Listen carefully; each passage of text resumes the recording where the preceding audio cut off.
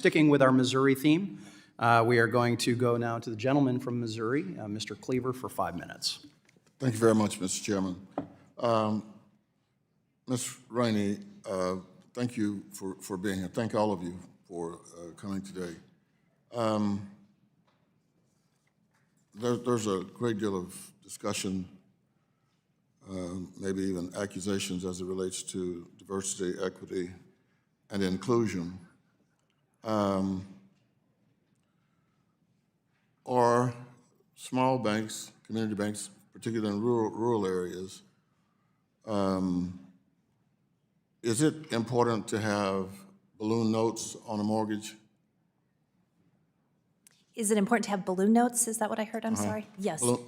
Balloon notes provide some level of flexibility for those community banks that desire to keep that mortgage loan on their balance sheet but are unable to take the interest rate risk over a 30-year period of time. So yes, in some cases, that is part of their model to do balloon notes. And if we,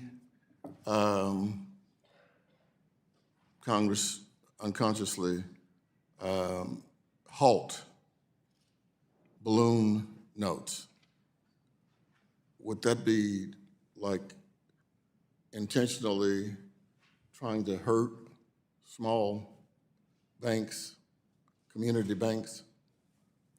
Yes, by removing the ability for community banks to offer balloon notes, that would hamper their ability to serve the customers and to provide that level of service in their community. Yeah, I agree with you, 100%.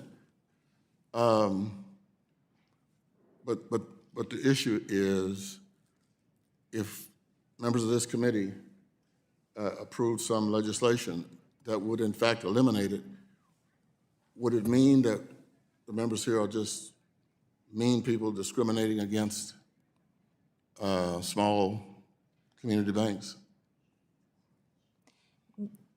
No, I don't believe that's what it would mean. I think it's just a limitation of the services. Yes, yeah, I agree with you. So if people make decisions, even unconsciously, that exclude people, should not that be addressed, or to exclude people or communities? Yes, so if groups are excluded, that should be addressed. And that's one of the things I love about community banks, is because they're so close to the community, they are able to understand what those unique needs and those relationships allow them to serve. It's why our bank was founded, is trying to serve everyone in the community. I don't disagree with you. The point I'm making is that sometimes people are exclusionary in their practices, things they do unconsciously.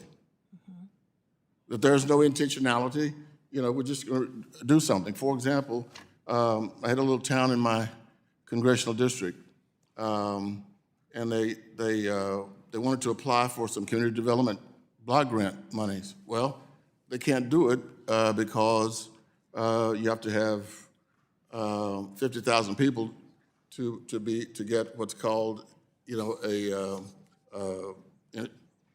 entitlement grant. And so small communities can't get it. They have to compete with 200 other little towns.